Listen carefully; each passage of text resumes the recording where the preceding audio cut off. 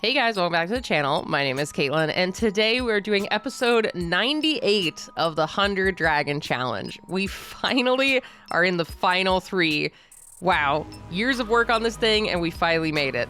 So this one is actually the final request one for the whole series, because the next one's going to be our final Zodiac one, and so this one is our final suggestion.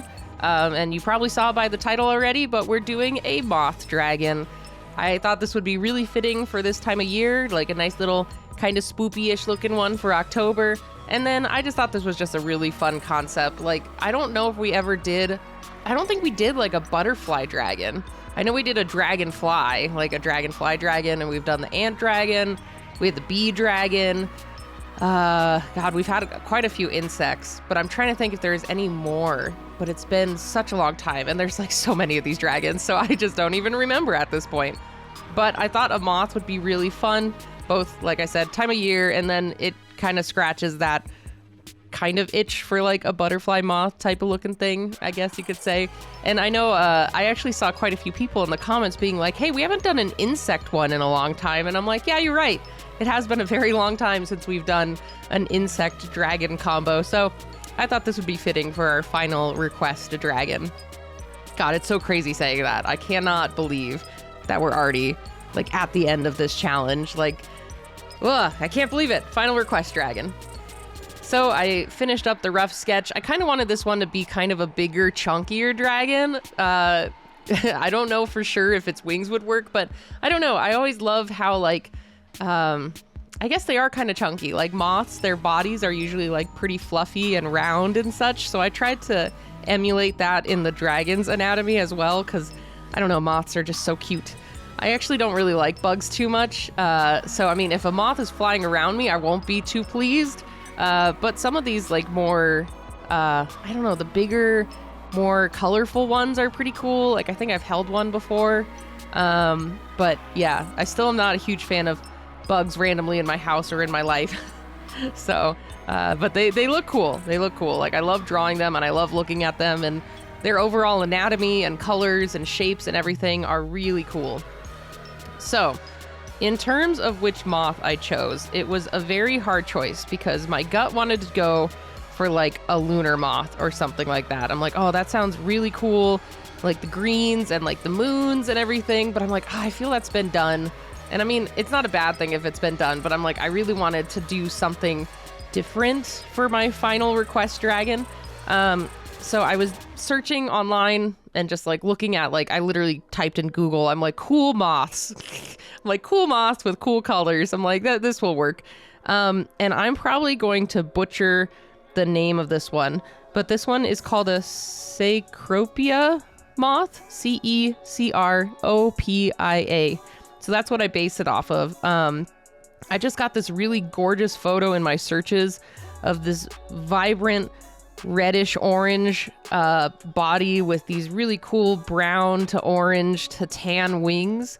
It's not like, I mean, there's some moths that are like really colorful. Like I think of the, oh my gosh, I'm already forgetting what it's called, but the fluffy pink and yellow one, like that is like a fluorescent moth, right?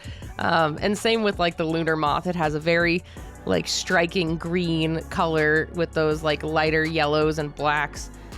So this one you could argue might be like a little bit more, I guess you'd say on the duller side, just because like, yeah, the red is like the really big pop, but it has a lot of browns and tans and whites. But I really liked it. I really liked the patterning. It still kind of has that moonish shape in its wings, but it kind of reminded me of like little eyes or something.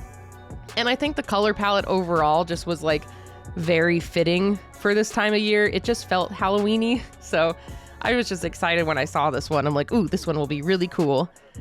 And there's a couple like zoomed in photos of it on Google where like its body just looks like a little fluffy pillow, and it's got the coolest like segmentation. So it has like these larger bands of like red surrounded by like black and white, and then it has like additional like spotting along its like abdomen of like black and red. It just looks really cool. I don't know what to describe like what I'm thinking of, but it reminds me of something, and it's really bothering me, and I probably will think of it long past when this episode comes out. But I just love the patterning and like the cool segmentation that it has in its like fur. You know what I mean? It's really cool. I really like this moth. So I was very happy to stumble across it and combine it with our dragon because it just felt fitting. And then it's cool because, like, I don't know. I also think a lot of people think of like red a lot of the times when you think of dragons, especially like a more European-based dragon. We think like probably reds or grays or browns or blacks. Like, I feel all of these colors work really well with the like base idea of some dragon design. So I don't know. I just was really digging this, and I was really excited to color this thing overall.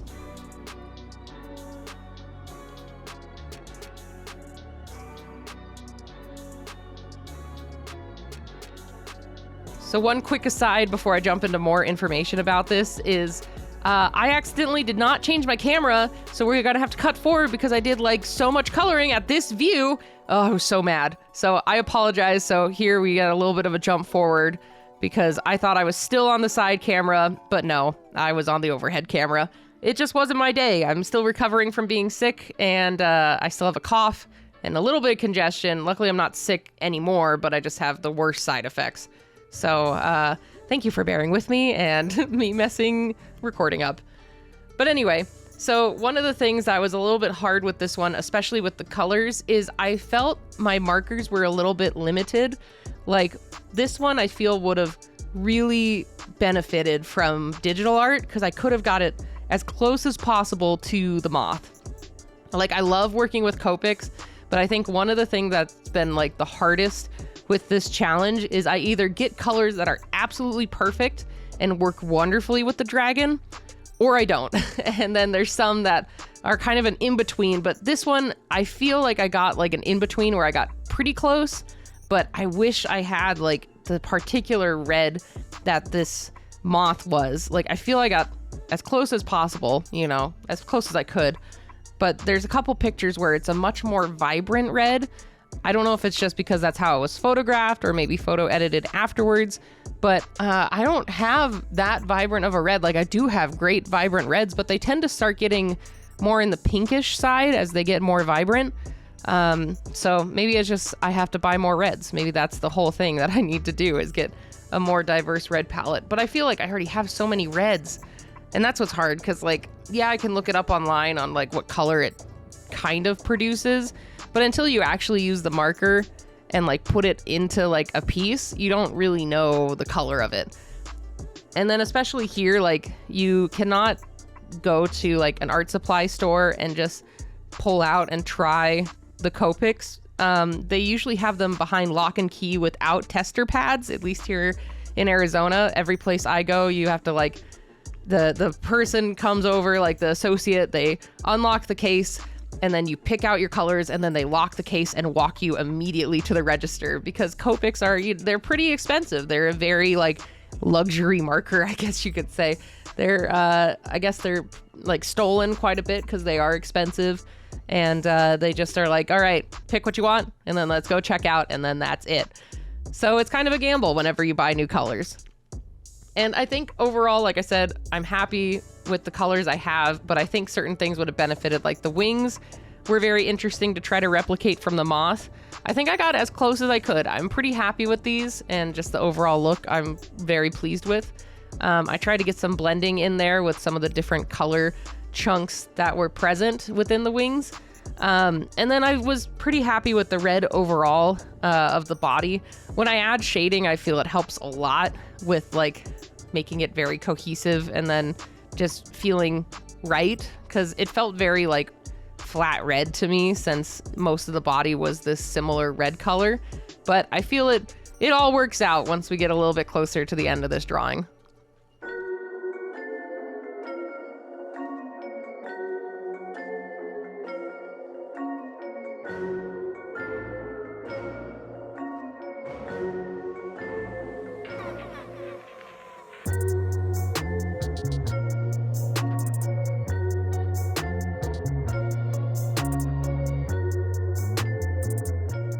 All right, so there we go. Right here at the end, adding my final bit of shading to try to give a little bit more volume to this creature, and I really like him overall. The patterning was really fun to try from the moth, and it was just a really fun design to do. And I just really love insect dragons. I need to do more of them. Even after this challenge, I'm probably going to make more insect dragons. But let's go ahead and look at your guys's from last time of the ox dragon. So first off, Dan Drake, I really like your green choice and like the coloring of this one, as well as the texturing of the wings and the plating. It just is a really fun design. I really like it. And then IDS World Art, I think this one is really cool and intimidating. It feels like almost like a boss creature you would fight, and I love the lava-like coloring between its wings and along its body. Really cool work. And everyone, awesome ox dragons. You all are amazing, and I apologize if I missed anyone. Instagram is weird now, so if you want to participate and you post it on Instagram, make sure to tag me, like actually tag my username in your description so I can find it. Instagram did a weird thing with their hashtag, so make sure to do that. Or you can post it on Twitter with the hashtag KM100Dragons. And we also have a Discord where you can post it in our channel and share it directly with the community and with me. That would also be awesome. But either way, thank you guys again so much for stopping by and checking out this video. I can't believe we're basically at the end, and I cannot wait to show you what my final dragon is. I'm so excited. It's been so hard for me to not talk about it. But anyway, I'll see you all next time. Thanks again. Subscribe if you're not subscribed. I'd super appreciate it. And I'll see you guys next time for another video. Bye, everybody.